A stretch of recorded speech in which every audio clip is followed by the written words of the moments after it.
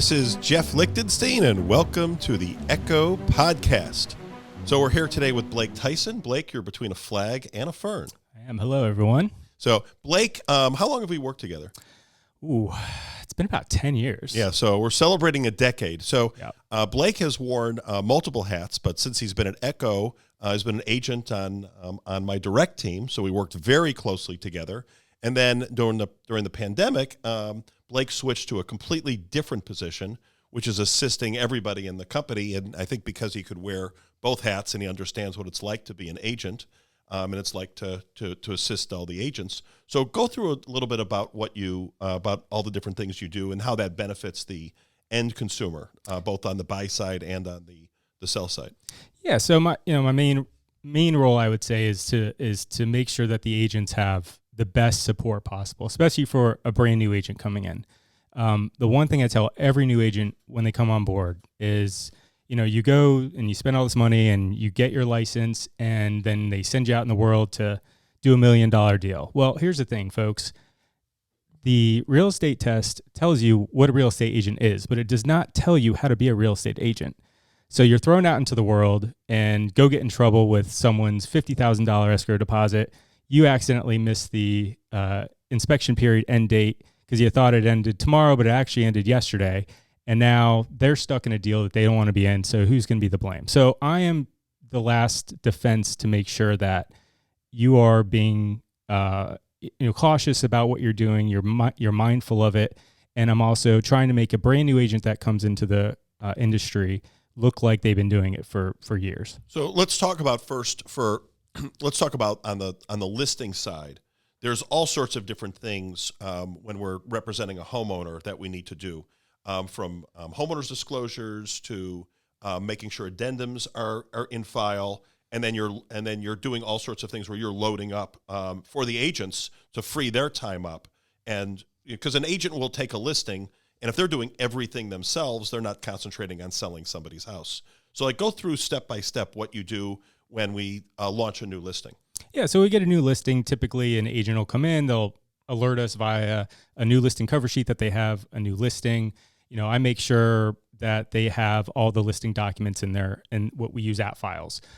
So they have their listing agreement, their seller's disclosure, any business disclosures we have. Also, we need MLS input sheets to put a listing on the MLS, all the pertinent information that they're going to need. So then you're going through MLS and then you're inputting it in MLS, correct? Correct. So I take all their information, I input everything into MLS for them, so the agent themselves don't have to touch MLS.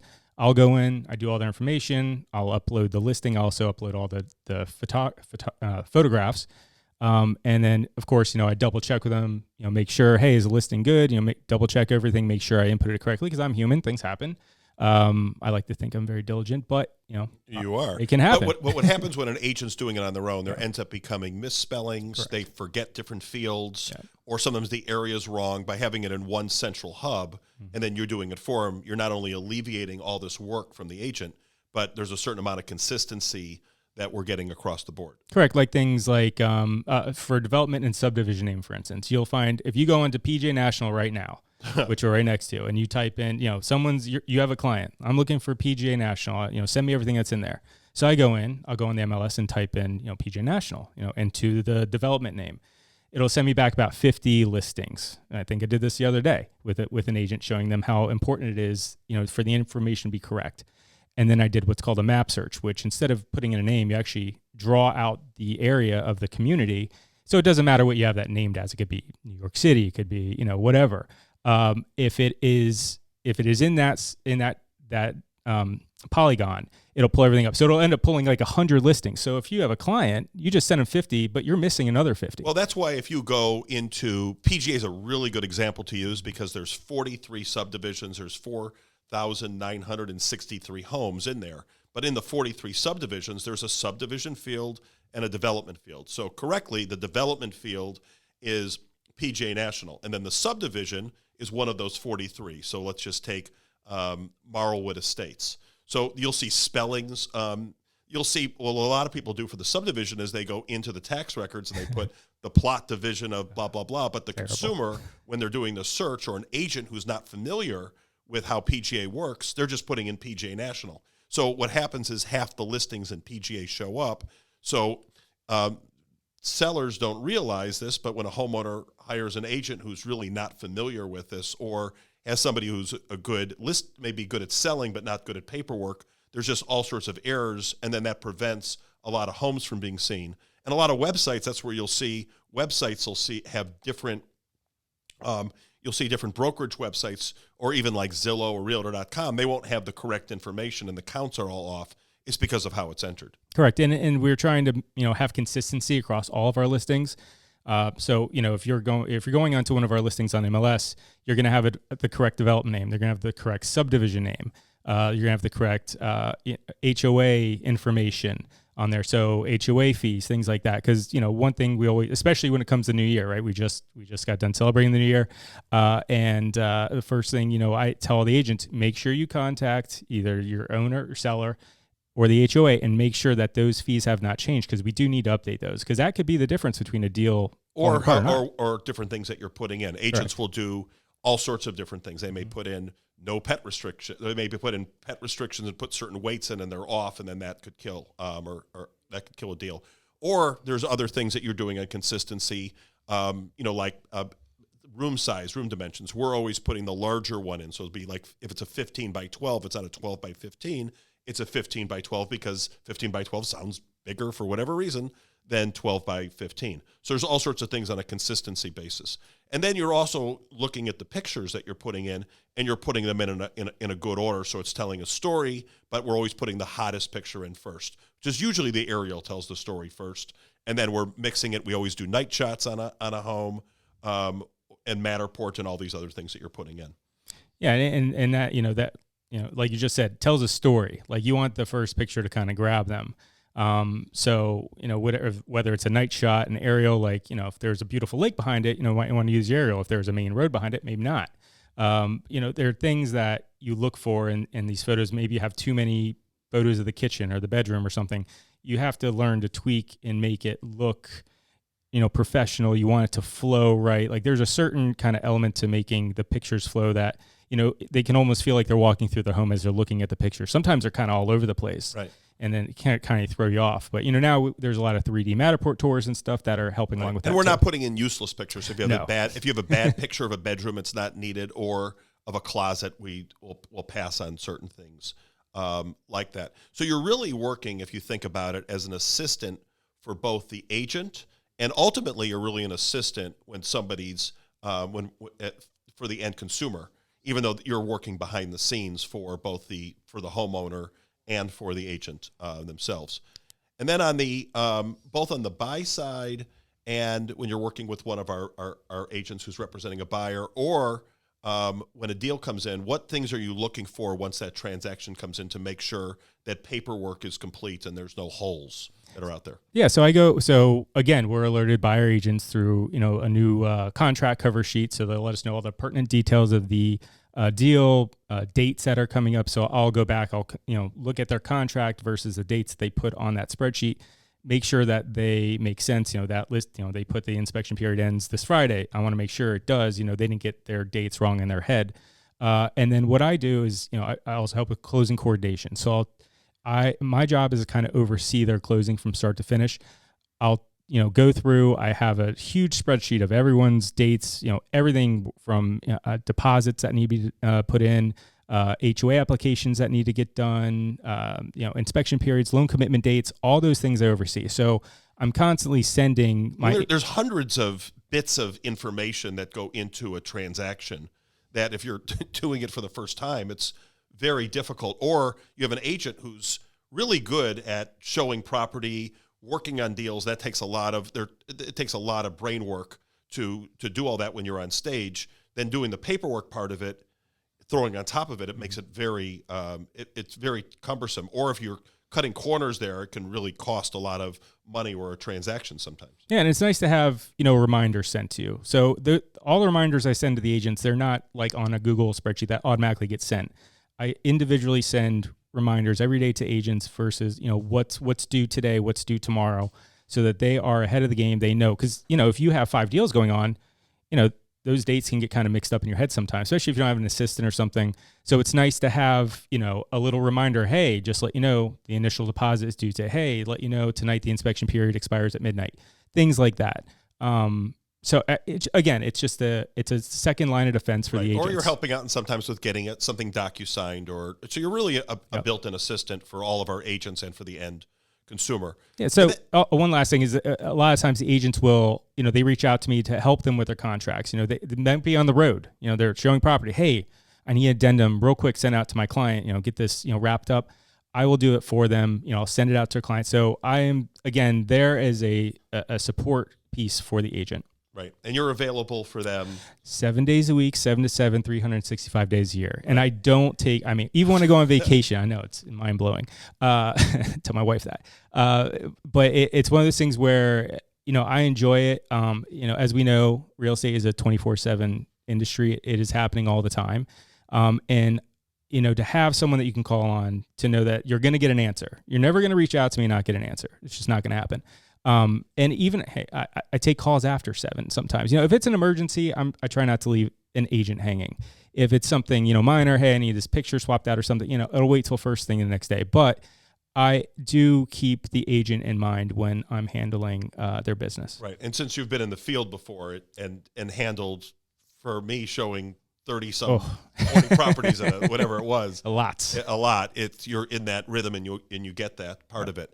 Go through training, like when we bring a new agent in. So we as we were alluding to earlier, when somebody comes in, they get their license, they go through this, but a lot of it is what you're learning, you're not really applying to real world. So we call it practical training, and a lot of that time is spent with Blake at the training end. Yeah, so training, from soup to nuts, we have a whole schedule for agents that are coming on board, whether they're a new agent, they are seasoned, they still go through our training process to learn, the ropes of, if they know their stuff, then they'll zip right through it. Otherwise, it's a great first chance for them to really absorb what real estate's all about and learn, like, this isn't just an HGTV show. You're not just going to show 3 properties. They're going to pick one and the deal's done. There is behind the scenes, paperwork and things that need to get done, and it has to be done in a certain way. We have tons of training videos that we've done, and recently we've updated them all, and they're great. Contracts, going over contracts, procedures in the office, things that we want to make sure you have a good grasp on. So, we have videos to watch. There's also one-on-one training with me. Also, other people of our staff have their own training sessions for different departments. We do a mix of, one-on-ones, videos, but a lot of it's personalized and geared to a particular agent. So whatever their learning style is. What do you find, name the top 5 most difficult things for a new agent that you think coming in that they don't see necessarily from the outside? I think top 5, one is definitely they think real estate's going to be easy. Again, going back to HG, that's what you see on TV, but we all know reality TV isn't reality. So getting that mindset to them that, this is going to be work, but it will pay off if we have lots of agents that are brand new that are doing $1 million deals. And that's just because they are working very hard. So I think, time, keeping track of time frames for them, making sure that they know when certain things are due, when you can expect, how long is an inspection going to take, like giving them the information and just letting them know this is how the process goes.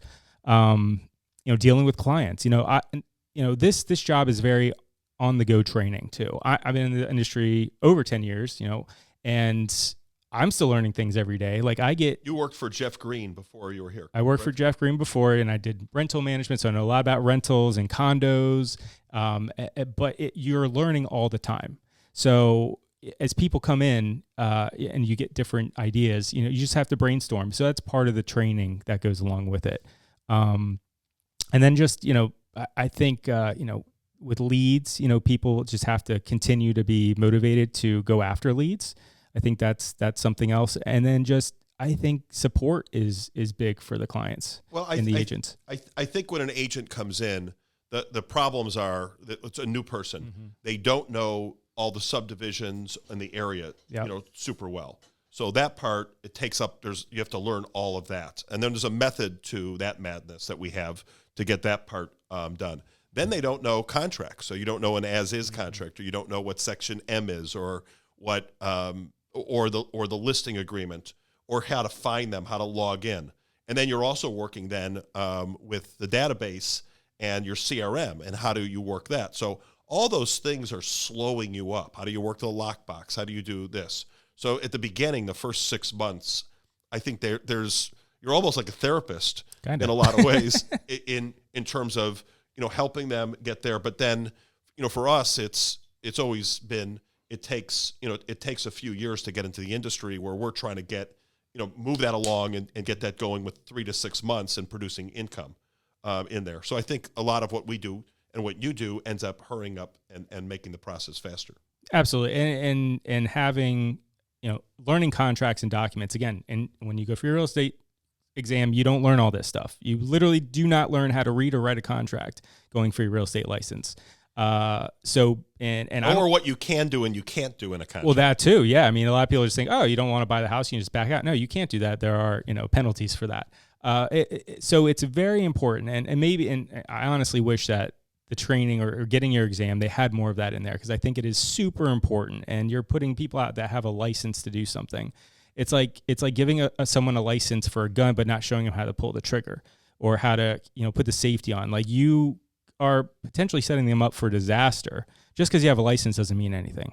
Right. There's so many parts to a contract, and people don't know what to disclose, what they're doing in there. So going over all that, and then there's a digestion period that it takes to absorb that. So sometimes the first round, maybe they're getting 10 or 15%, or they're being introduced to this. And then, so a lot of how we have it set up is to digest that over a 60, 90-day period. And then a lot of it is just going in the field, and then all of a sudden you need to do something, and then having a help desk of somebody who's been in the field and who knows it, not just an administrator, because you wear both hats as understand what it's like to be an agent, and then helping the agents out. And it is about, having them learn and digest it. I just don't, just do the work for it. I say, I want you to go ahead and write the contract. You've watched the videos, you've done, training, do the contract, and I'm going to come back through and I'm going to look over it before you send it out. If there's anything wonky or I have questions, I'm going to go through it. Because it's putting them on the spot. It is. And you need to learn how to do it. You just need to. Because if your client asks you a question about it and you haven't actually written it up and you don't know anything about the contract, you're going to come off like you don't know what you're doing. And personally, I'm a first-time home buyer. I don't want to be working with someone green. I want to be working with, someone who's been in the industry 20 years. I want the best. But again, what we're trying to do is make sure a new agent coming in here can go out into the street and work with a client, and that client is not going to know that they've been either working for us for, a week or working for us for the last 5 years. I've always thought of us, it's a made up word, but teamridge, because there's yourself, there's we have our own photographers, our own videographers. There's Rob and Randy. They're all excellent, by the way. Over there, but there's lead sources coming in because they don't have a book of business in the beginning. Yeah. And that's the hardest part, is they run out of money. And with us also, we're supplying, by doing it, we're really financing an agent, because if you list a home with somebody who's new and they don't have an income stream coming in, there's going to be marketing that just doesn't happen, or brochures or Matterport that's not going to occur, where we're taking care of that for them. Or they have to hire, a closing coordinator, and that's going to cost, money. As well. So we're doing all that for, all of our agents, built into our package. How did you get involved? How did you get originally involved in real estate? Like, what interested you in real estate? You're from Pennsylvania originally. From Pennsylvania. It's a good question, because I was always in the service industry. So I worked for Olive Garden for like 7 years through college. Worked at country clubs through my dad. He is a country club manager. And he was in, like, was he in Puerto Rico too? Puerto Rico, yeah. He was in Dorado Beach, so beautiful place. I think I've always been customer service focused. I think is that from your dad? Yeah, definitely from my dad, just from, in the industries that I've dealt with. And there's a lot of that. So it's all about taking care of, you call them customer, but it's really the client. Like, everyone that you serve in an industry is a client in a sense. So I migrated from country clubs, and when I moved down here, I got into apartment rental. So I was leasing apartments and moved up into condos in downtown West Palm. working for Jeff Green for a couple of years, and then I assume that was demanding. it was demanding. Yeah, he's a super smart guy. He knows what he wants, and it was fun. I learned a lot for sure. And then it just was a natural progression. What's that? Was I demanding on my directing? No. I think you do know what you want, and I think, but you're very concise and you try to keep it at a level where you need to work hard. Like that is his business. Like you can't just come in here and do it nonchalantly. So by motivating people to do the work and giving them all the resources that you've done, most agents, like you said, go in the field, they're not going to go to a brokerage where you're getting all the marketing, all the support behind you. Like knowing you can call someone and get an answer, and not have to guess who do I need to call. Like just call someone. If I don't have the answer, I'll send you to someone who does. Like that's you're not just going to be left out. Sorry, you're on your own on this one. Being a country club manager, I think, is maybe one of the hardest professions, because there's so much pressure. What did you learn from your dad doing that? I mean, you deal with a lot of personalities. I think that's one of the big things is just it's a lot of pressure. You're dealing with a lot of people who have a lot of opinions, and you have a certain standard that you need to live up by, and people expect you to have that standard and to follow through with what you are, what the expectations of the club are. And if you don't, you can make people unhappy, and that's just part of the business. Same thing with real estate. You need to make your clients happy. They have a certain standard they expect out of you. They're spending money on you, especially if you're, a listing agent. You're getting 2.5-3% commission on a house. They expect you to, have good marketing. You're going to take care of them. You're going to update them. Communication is so important. I don't care what industry you're in, especially real estate. You need to be communicating constantly with your client. And I take a lot of that from, my father. Just, he worked hard. He's a hard worker. I think that does the follow through. And when things happen in real estate, they happen, and sometimes you could be going, all of a sudden when it happens, boom, buyer wants to make an offer on a property, and you're trying to get it done quickly. Sometimes there's competition who's going for the same property. So the stress and getting a hold of somebody, you don't want to be calling and you need an answer or you need help with it, and that's a lot of what you're providing, to our agents, and ultimately that's benefiting the end consumer. Yeah, and I'll get calls at 8:00 at night, and usually it's like a nice text. Sorry to bother you so late. It's all sorry to bother you. Sorry, it's always sorry to bother. I'm like, that's what I'm here for. Like, please, But after people, they are considerate of the timing.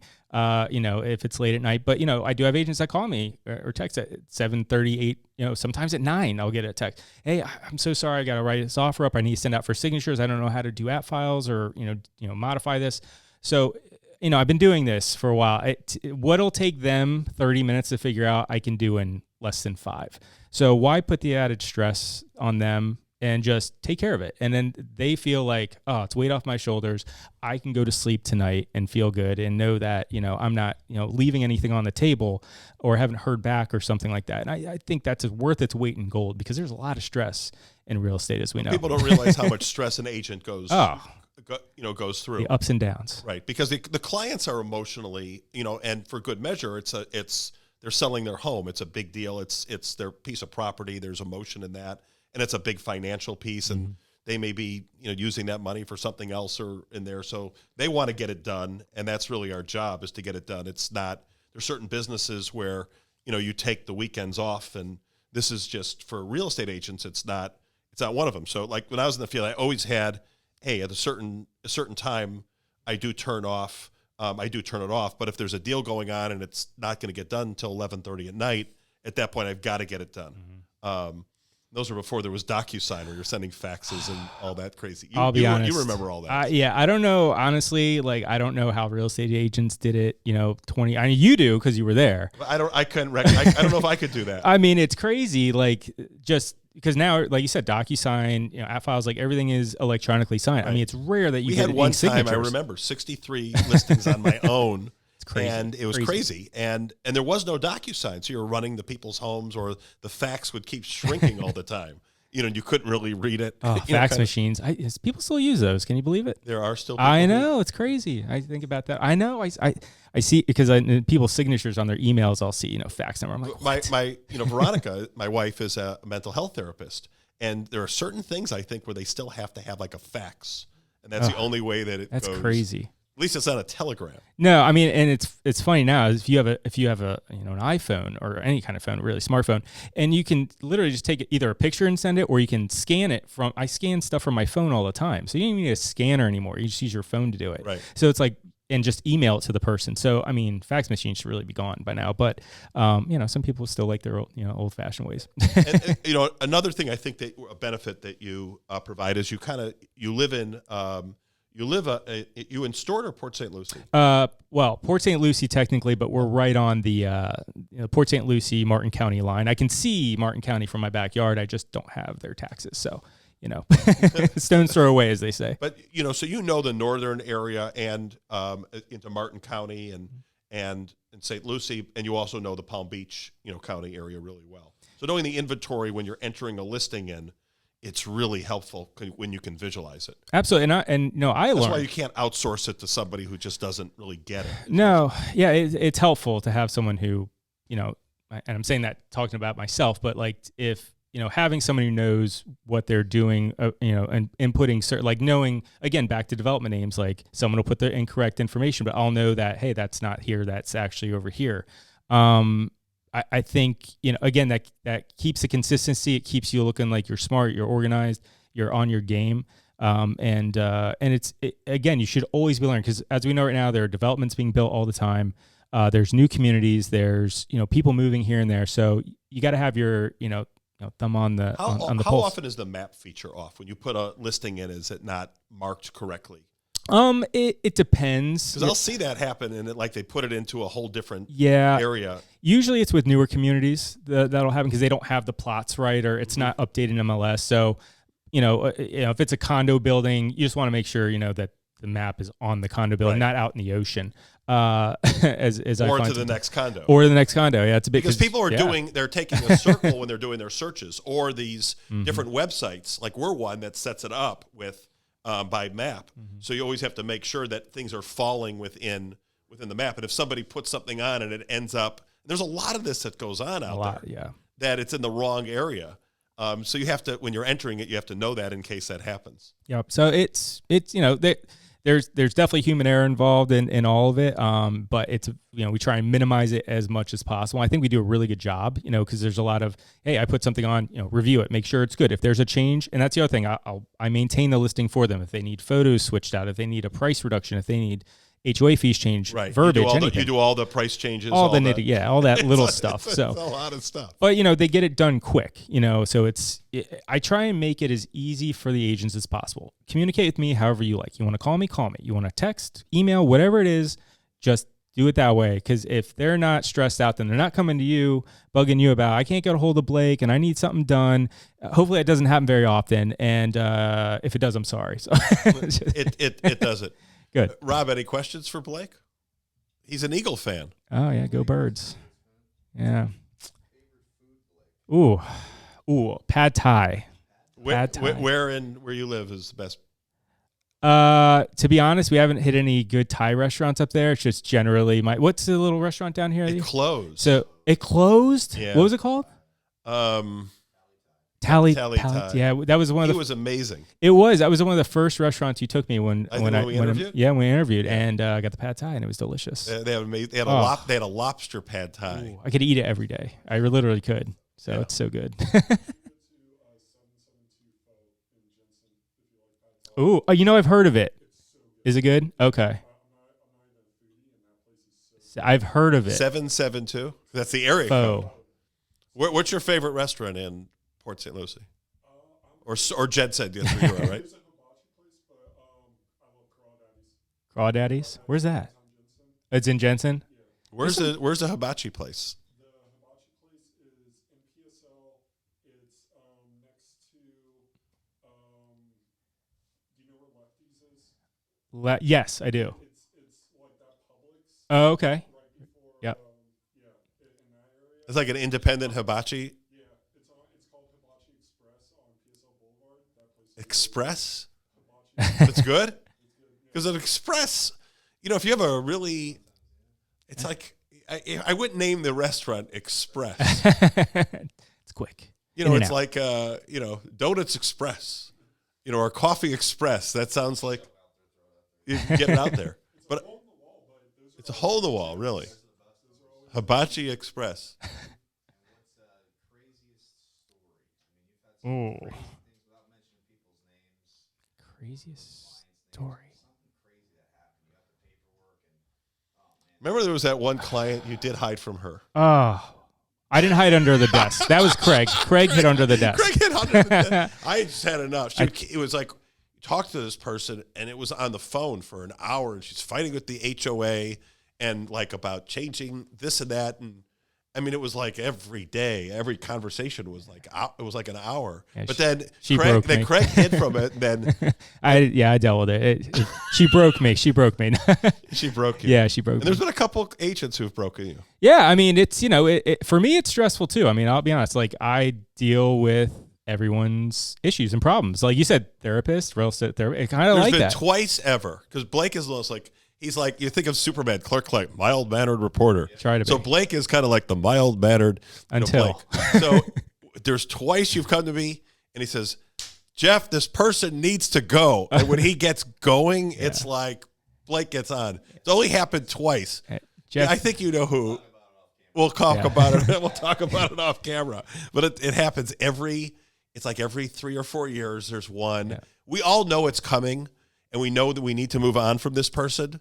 But Blake is like the one where he's been it's happened twice, and it's been the final say. But maybe I try 3 times. I try really, I literally give everyone the benefit of the doubt. He has even incredible patience. I try, but there, at a certain point, it's just like, all right, I've told you what a deposit is like 4 times, and you still understand it. I was like, okay, we might have a problem here. So, it's right. Or somebody's a walking, time bomb. Yeah, and you really try. It's like really, we do spend time and money on these people that come in, and you really want to give them the best shot at becoming successful, because that's why there was something we saw in them, right, to bring them on. So let's give them the best shot, even if they seem a little sometimes you off don't know. kilter. You're interviewing somebody, and we go through a pretty grueling interview process, because we want to have positive energy with people, as well. So if it's going to be, or you're getting, if they're part-time, you're not going to make it in real estate. It's just too difficult, of a market. So everybody comes out with their best foot forward, and sometimes you don't know till the second or third time. But then when they start, it may interview really well, and then you end up with somebody who's it's the wrong fit. I think that's more for like, new agents. And again, going back to the expectation of the amount of work that's going to be involved being a real estate agent. It's not just, again, showing houses and they buy it. The behind the scenes stuff is the most, to be honest, it's the most important, because that's you have to work on your craft. Once you get it down, it can start to be much easier, because you don't have to come back and learn how to use a lockbox or different parts of a contract. Yep. But in the beginning, it overloads so much on learning the inventory and learning the systems, learning the contracts, learning all these different things. And it's an overload of information during that first 3 or 6 months. So we're trying to speed the whole process. We speed up, and I tell the agents, they get a little worked up sometimes. They're like, it's a lot to remember. I said, listen, take your time, digest what you can. You're going to learn as you go. But if you have a problem or a question and you need an answer, you need help, just call. Like, that's all you have to do is just call me. And we'll take care of it. And I think if you ask any agent in this office, I think all of them, can is happy with that they do feel like they have support here at Ecofine Properties. All right. With that, anything else you'd like to say? Go Eagles next year. Go Bears. First pick in the draft. Wait, who do you got on the Super Bowl? Oh, it's so this is going to be a dated piece by the time this comes out. Oh, is it? All right, well, we don't have to use it, obviously. Yeah, so I'm saying the Bears, because somebody watches this in 2028. Keep it time relevant. I would, This is the Taylor Swift. I know Super Bowl. I'm so torn on it. I don't like San Fran for obvious reasons, being an Eagles fan. But so I guess I got to go Chiefs, Taylor Chiefs. Swift, whatever, but. Randy says Chiefs. Sam? Favorite team? No, Super Bowl. Chiefs or 49ers? Chiefs. I like Andy Reid too. He's like, he's also Eagles. I think you got to go with the quarterback. So I think Chiefs. You want to hear something really crazy before we jump off? We will hear something crazy. That's a good reason. Well, just something that's very those new equipment, by the way, the Canon and the Lumix and the iPhone and then we got this and this very sturdy. I'm enjoying plate it. that you can't even move. It's like a weight, like lifting. So going back to 2020, which we all like to forget. So this year's a leap year, right? So you were talking about conspiracy theories, right? Before we got on the show. We're on a podcast. All right, guys. I'm channeling my Joe Rogan. All right. So 2020. All right. So it was in the Super Bowl was the Chiefs and the 49ers. Remember that? And then also it was Trump versus Biden. Interesting. Now Chiefs won. Oh no, Chiefs lost, right? Oh, Chiefs won. Chiefs won and Biden won. So if the 49ers win, is Trump going to win? I don't know. Just putting it out there. So this is the Blake theory. No, it's something I came across I thought was interesting. Yeah. But I guess history repeats itself. What's that? Yeah, weird. And then right after, COVID happened. Yeah. So let's hope. You're saying that COVID could happen. I don't know. Or some other big event. Hopefully not. No. Anyway, I'll leave you on that. All right. So for Blake Tyson, Randy, Rob, Sam, and myself, between a flag and a fern, this is the end of the Echo Podcast. So long, everybody. Thanks for joining.